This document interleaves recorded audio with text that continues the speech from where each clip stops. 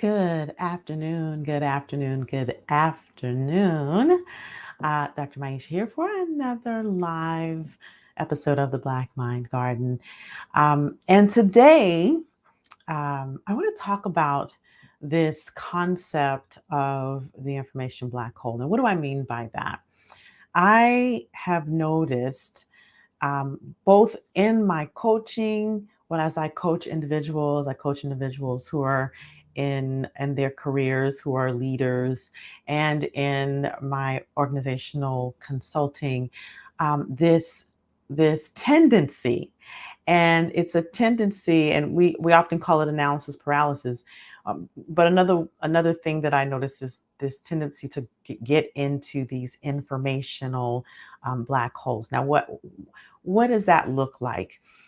So I'll give you an example. I'll give you a personal example because I know that not only does this happen in our personal lives, but this also can happen organization wide. So as you know, I like to chunk things up to the big picture for organizations, and I also like to have it apply for individuals as well. So, I'll give you a personal example about the informational black hole. So, I have for a very long time always wanted to get into real estate investing. And this was for many, many years. I mean, since like 2008. And I may be dating myself a little bit here, but there was a time when I have had many offers, and that industry seems so gargantuan to me. And there may be a lot of people out there that think differently, but it felt very overwhelming. It felt like I needed to, because that's not my trained industry or specialty.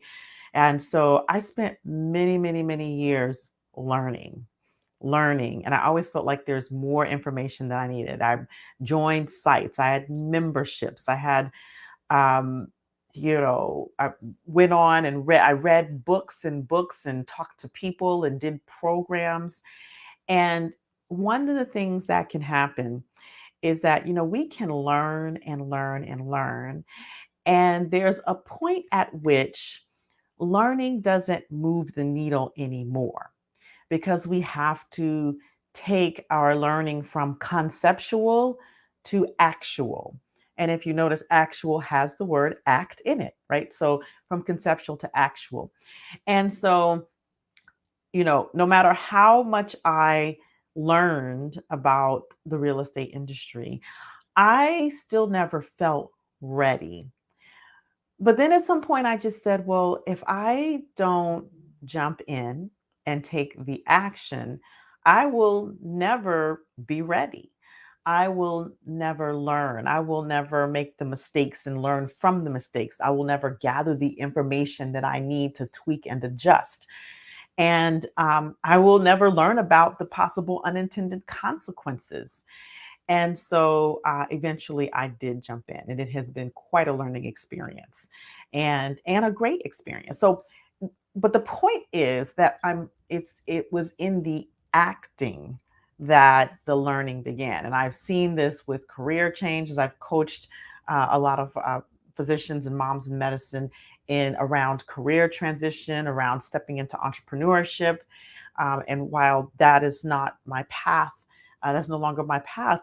It's something that I often see is that we can sometimes get in this space of I need more information before I can act. And you probably have heard this in many domains. People often talk about, you have to start, you have to start when you start, where you start. And sometimes you have to start messy. But where I think this is not as often talked about is in organizations.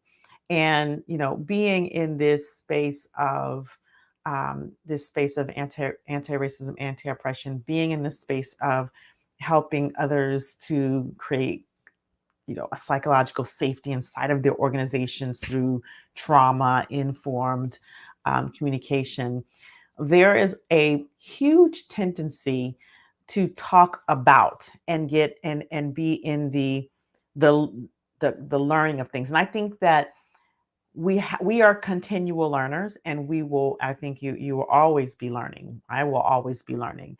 I think the myth of all ages is that um, at some point you'll arrive at the point where you have learned everything, and the only time that you've learned everything is when you're 6 feet under. So or you, cremated, as some's preference. And so I think that we must consider that we will always be in a perpetual state of learning.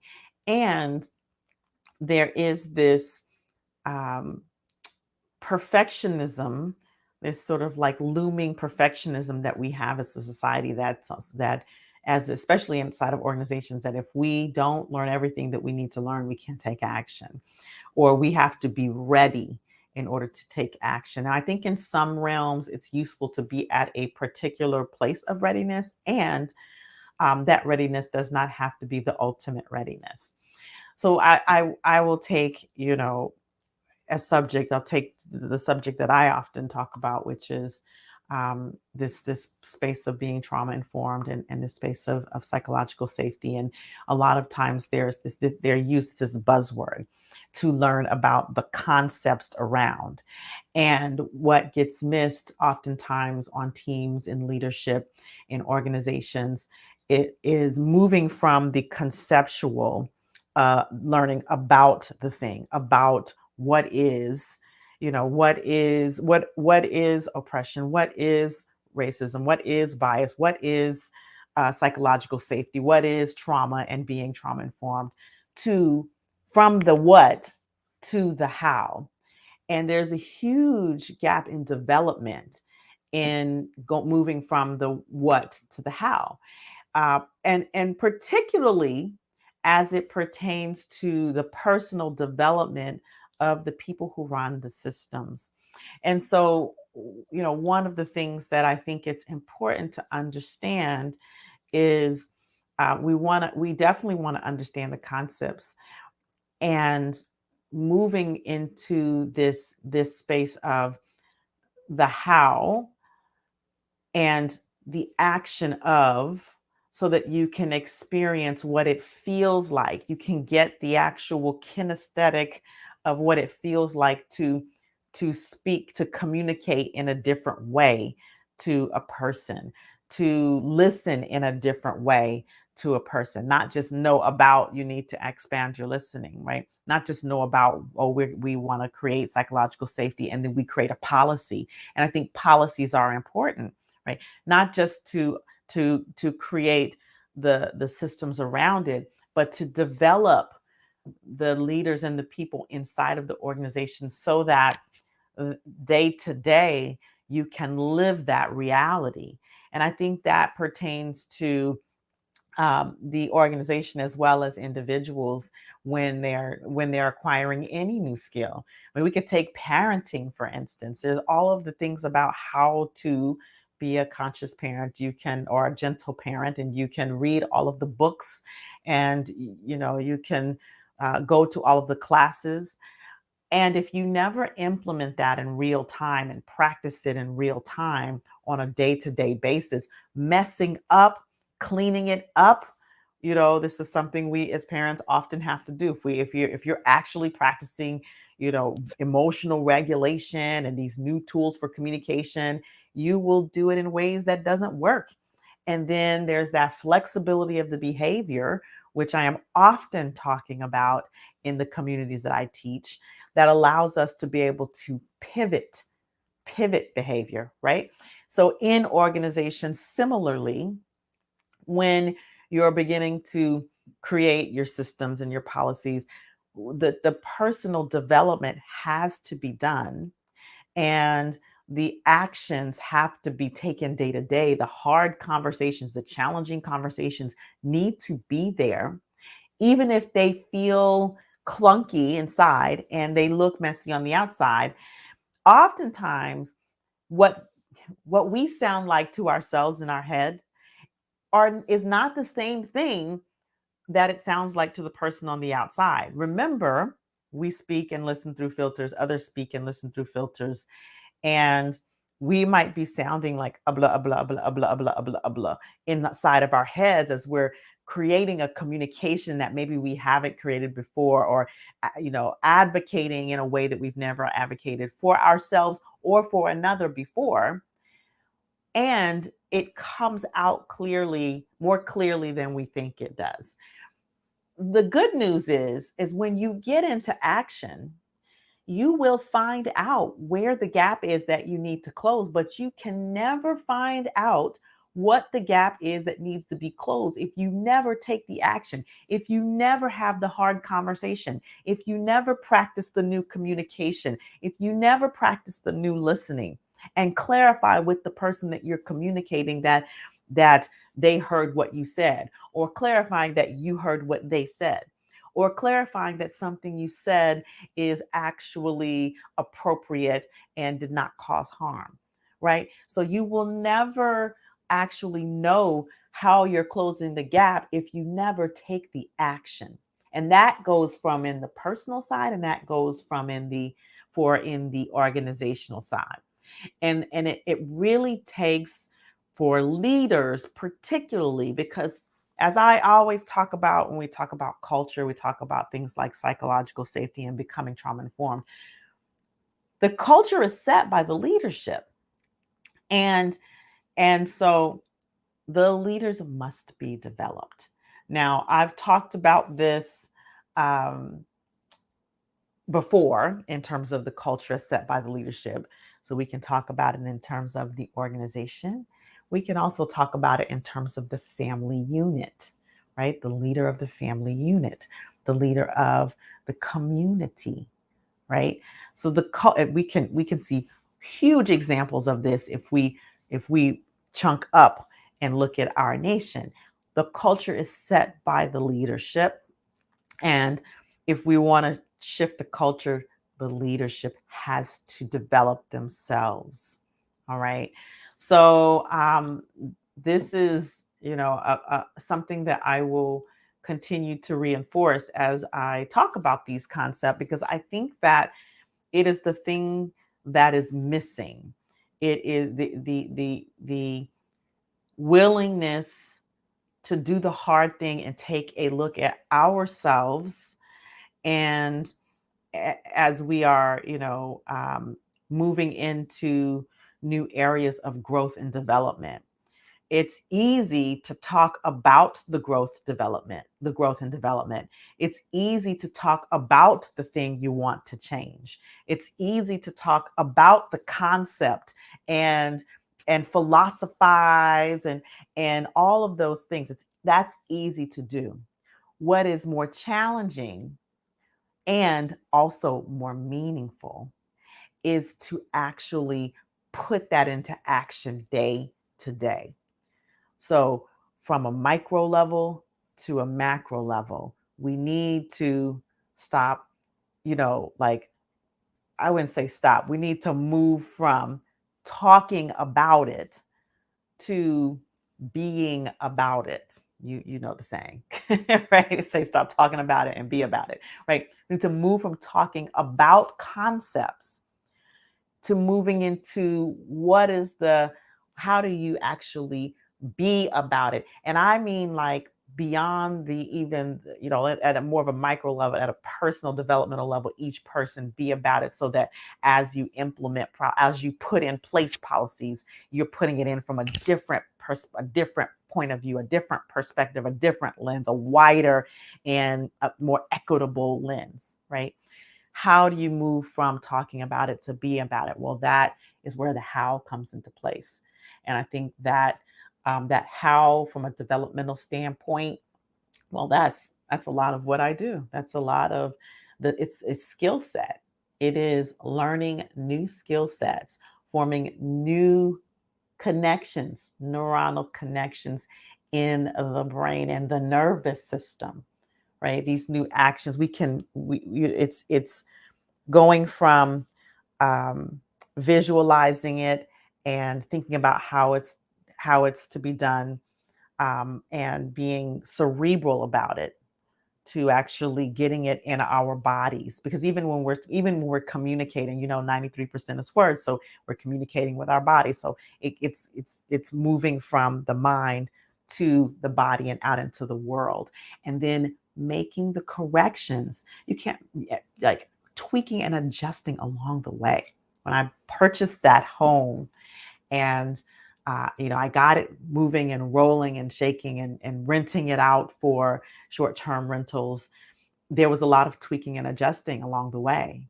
And I learned a ton and got systems set up by tweaking and adjusting it along the way. It's how I have successfully built a business.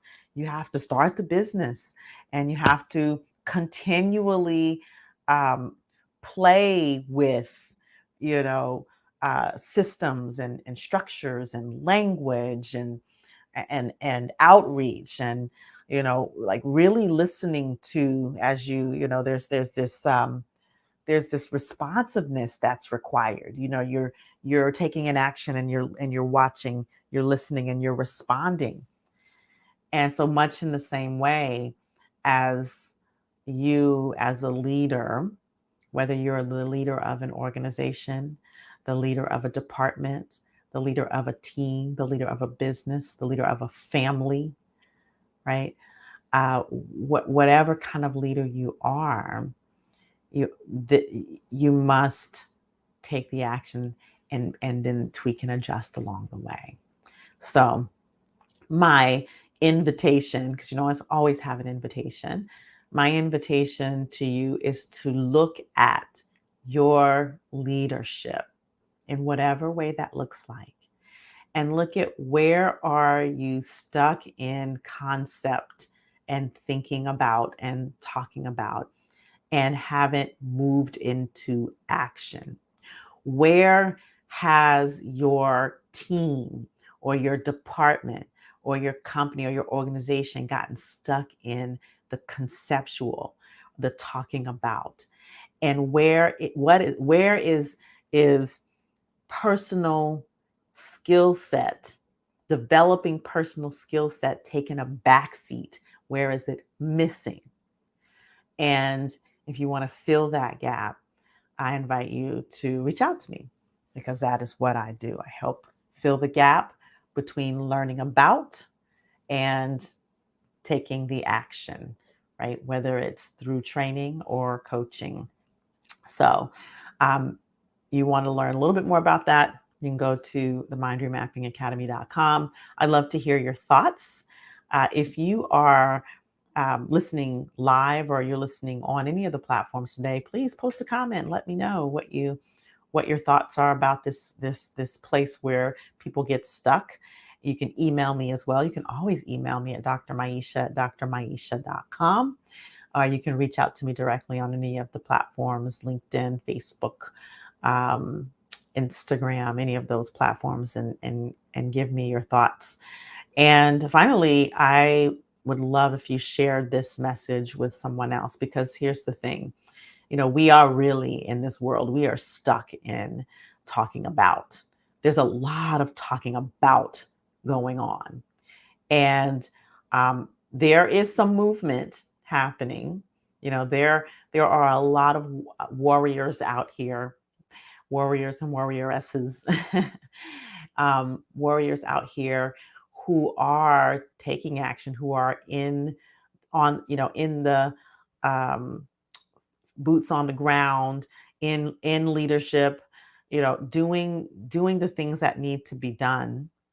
And there's still quite a bit of talking about going on. So how do we fill the gap between talking about and taking action, and what is the development in the middle that needs to happen?